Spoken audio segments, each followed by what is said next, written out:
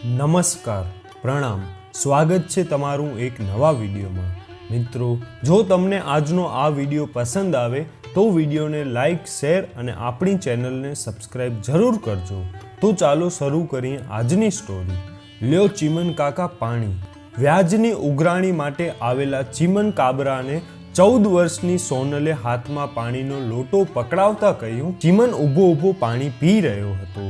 સોનલે ઘરની આગળના ચોકમાં લીમડા નીચે ખાટલો ઢાળી દીધો. વ્યાજના પૈસા લેવા આવ્યા છો ને ચીમન કાકા?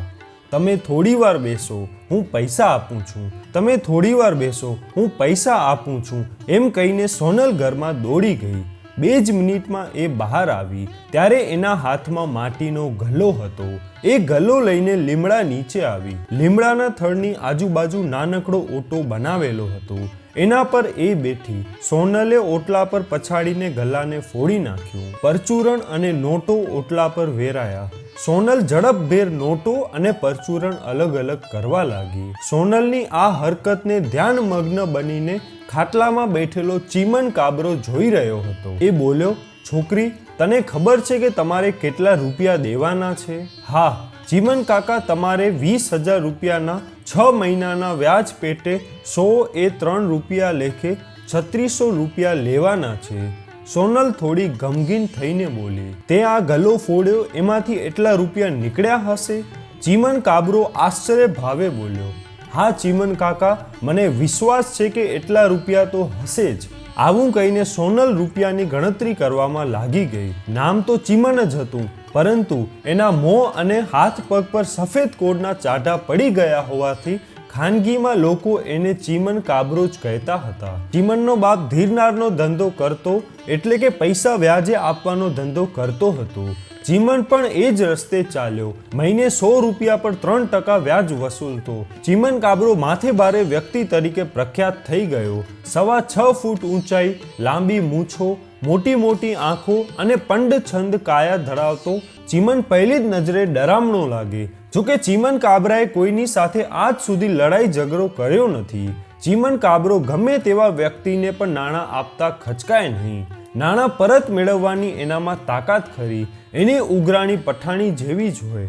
કર્જદારની પરિસ્થિતિ ગમે તેવી હોય, પરંતુ સમય સાથે એના નાણાં કે વ્યાજ આપવું જ પડે.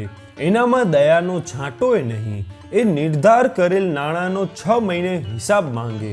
ચીમન કાબરાને ચા સિવાયનું ના કોઈ વ્યસન કે ના કોઈ ખોટી આદત. એનામાં ધાર્મિક આસ્થા પણ ખરી, પરંતુ ધીરધારના ધંધામાં એ સાવ રાક્ષસી પ્રકૃતિનો માણસ. કોણ જાણે કેમ આજે એ થોડો ઢીલો પડ્યો. એ પૈસાની ગણતરી કરી રહેલ સોનલને ટગર જોઈ રહ્યો. લગભગ 20 મિનિટની માથાકૂટ બાદ પૂરા 3600 રૂપિયા સોનલે અલગ તારવી લીધા. જુઓ ચીમન કાકા, આ તમારા 3600 રૂપિયા છાંટતા થોડા વધ્યા ને? મને પાકી ખાતરી હતી. કહેતા સોનલ થોડી વધારે ગમગીન થઈ ગઈ. આ 1 વર્ષની બચત આજે એક જ ઝાટકે જઈ રહી હતી, એટલે ગમગીન તો બને જ ને સોનલ. ચીમન કાબરો નાણાંના હિસાબ સિવાયનો પહેલીવાર પ્રશ્ન પૂછી બેઠો. છોકરી, આ તારી કેટલા વર્ષની બચત હતી? આ પૈસાનું તારે શું કરવાનું હતું? સોનલે કહ્યું, હું પહેલા ધોરણમાં હતી ત્યારથી ગલામાં પૈસા નાખતી હતી. હું અત્યારે 8મા ધોરણમાં છું, એટલે 8 વર્ષ થયા. ચીમન કાકા, આમ તો પૈસા ભેગા કરવાના હેતુથી મને ખબર ન હતી, પરંતુ હું સમજણી થઈ એટલે મને મારા બાપની આર્થિક પરિસ્થિતિનો ખ્યાલ આવ્યો. મારે આ પૈસા ભણતર ખર્ચના કામમાં લેવાના હતા. પરંતુ સોનલે દયામણી નજરે ચીમન કાકા સામે જોયું. બોલ છોકરી, પરંતુ શું? કહેતા ચીમન કાબરો વધારે ઢીલો પડ્યો. ચીમન કાકા, વ્યવહાર તો સાચવવો જ પડે ને, કહીને સોનલ થોડું હસી. પણ છોકરી, વ્યવહાર તો તારા બાપાએ સાચવવાનો હોય, તે કેમ ગલ્લો ફોડી નાખ્યો? ચીમન થોડો ખચકાઈને બોલ્યો. શું કરવું ચીમન કાકા, ગઈ આખી રાત મારા બાપુજી અને મારી માં ઊંઘ્યા નથી. તમારા વ્યાજના રૂપિયા ક્યાંથી આપવા એની ચર્ચા અને ચિંતામાં એમણે રાત કાઢી. હું પથારીમાં પડી તેમનો વાર્તાલાપ સાંભળી રહી હતી. આ સાલમાં ખેતીમાં પણ કોઈ સાર નથી. નાનો ભાઈ 2 વર્ષ સાજો માંદો રહ્યો, એમાં તો દવાખાનાના ખર્ચામાં તમારા દેવાદાર થઈ ગયા. મને રાત્રે જ ખાતરી થઈ ગઈ હતી કે રૂપિયાનો બંદોબસ્ત નહીં થઈ શકે, એટલે મેં અત્યારે ગલ્લો ફોડી નાખ્યો. તમારી મદદથી મારો ભાઈ બચી ગયો, એ અમારા માટે ખૂબ મોટી વાત છે. ચીમન કાકા, મેં રાત્રે જ નક્કી કરી લીધું હતું કે આ વખતે 6 મહિનાનું વ્યાજ હું ભરીશ. મારા મા બાપુજી સવારે એક મોત પ્રસંગે ગયેલ છે. મને કેવો સરસ મજાનો મોકો મળી ગયો. ચીમન કાકા સોનલના ફૂડ જડતા વાક્યો સાંભળીને ચીમન કાબરો છક થઈ ગયો. એ બોલ્યો, છોકરી, તારી બચત તો તે મને આપી દીધી, હવે તારે ભણતરનું શું? વળી તું તો ભણવામાં પણ ખૂબ હોશિયાર લાગે છે. નસીબમાં ભણવાનું લખ્યું હશે તો 3600 રૂપિયા માટે કરીને અટકી નહીં પડે. ચીમન કાકા, બાકી અત્યારે તો વ્યવહાર સચવાઈ ગયો, એમ કહીને વધેલ પૈસા લઈને સોનલ ઘરમાં દોડી ગઈ. વ્યાજના નાણાં લઈને ઘેર જઈ રહેલ ચીમન કાબરાના પગ આજે પ્રથમવાર ભારે થઈ ગયા. ઘેર જઈને, બેટા ઈલા, પાણીનો લોટો ભરી આપને કહેવામાં આજે ચીમનનો અવાજ જુદો જ વર્તાતો હતો. 1 મિનિટ બાપુજી. સામેથી સંભળાયેલ દીકરીના વાક્યમાં ચીમનને કંઈક જુદો જ ભાવ લાગ્યો. ચીમન સીધો અંદરના ઓરડામાં ગયો. એની દીકરી ઈલા પણ એનો પોતાનો ગલ્લો ફોડીને બેઠી હતી. એ અચાનક આવી ચડેલ બાપુજીને જોઈને થોડી ગભરાઈ ગઈ. જોકે ચીમન તો ચૂપચાપ ઊભો જ જોઈ રહ્યો. ચીમન કાબરો દરરોજ વ્યાજ કે મૂડીનો હિસાબ લઈને ઘરે આવે. તેમાંથી થોડા રૂપિયા દીકરી ઈલાના હાથમાં મૂકતો અને દીકરી ઈલા એ રૂપિયાને ગલામાં નાખતી. આ 70,900 પૂરા કહીને ઈલા ઊંચું તાકી સોરી બાપુજી કહીને એણે પાણીયારા બાજુ દોટ મૂકી અને ચીમનને પાણી આપ્યું. પાણી પીતા પીતા ચીમન બોલ્યો, બેટા ઈલા, તે આ ગલ્લો કેમ ફોડી નાખ્યો? તારે શું જરૂરિયાત ઊભી થઈ? બાપુજી, વાત જાણે એમ છે કે કહીને અટકી ગઈ. ઈલા, બોલ બેટા, શું વાત છે? બાપુજી, ધોકા જેવી ના પાડીને ઊભા રહેશે. એ અનુભવતા જ ઈલાની આંખો ઉભરાઈ ગઈ. એ કશું જ બોલી ના શકી. ચીમન કાબરો દીકરી પાસે બેસી ગયો. એનો હાથ અનાયાસ તે દીકરીના માથા પર મુકાઈ ગયો. એનાથી બોલી જવાયું, બોલ બેટા, શું વાત છે? તારે આ રૂપિયાનો જે કોઈ ઉપયોગ કરવો હોય એની તને પરવાનગી આપું છું. બસ ઈલાએ ઊંચી નજર કરીને બાપુજી સામે જોયું. અરે આ શું? બાપુજીની આંખમાં આંસુ.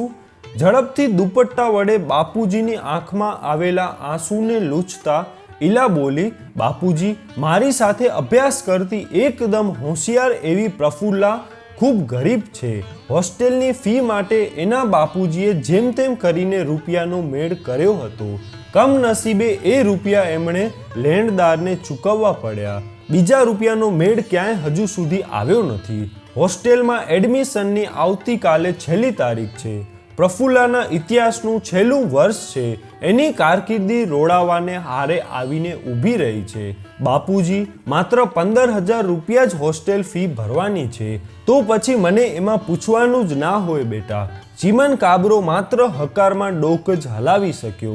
એ આંસુઓને સંતાડતો ઘરની આગળના ભાગ બાજુ આરામ માટે ચાલ્યો ગયો. બાપુજીના બદલાયેલ સ્વરૂપને ઈલા પાછળથી જોતી જ રહી. બપોરે 12 વાગે ચીમનની પત્નીએ ચીમનને જમવા માટે બોલાવ્યો. ત્યારે પણ એ નર્વસ જ હતો.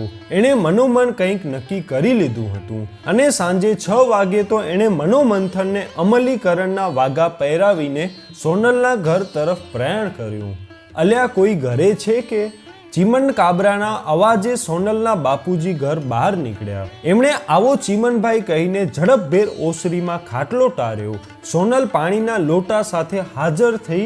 ખાટલામાં બેઠેલ ચીમન ટગર સોનલને જોઈએ જ રહ્યો. એણે સોનલે આપેલ પાણી પી લીધું. થોડી વાર રહીને ચીમન કાબરો બોલ્યો, ભાઈ સરતાન, તારી છોકરીએ તો મને બદલાવી નાખ્યો કહીને ચીમને એની બંડીના ખિસ્સામાંથી રૂપિયા કાઢ્યા. લે, આ 3600 રૂપિયા પૂરા છે. આજે સવારે અહીં આવ્યો તો તારી દીકરીએ ગલ્લો ફોડ્યો અને ઘેર ગયો તો ત્યાં પણ મારી દીકરીએ ગલ્લો ફોડીને બેઠી હતી. મારે હવે કોઈ દીકરીઓના ગલ્લા ફોડવા નથી. હવે મારા 20,000 રૂપિયા પણ તારા ઘેર સગવડ થાય ત્યારે આપજે. વ્યાજ પણ તને તારો આત્મા કે એ રીતે આપજે. બસ આ છોકરીને પૂરેપૂરું ભણાવજે.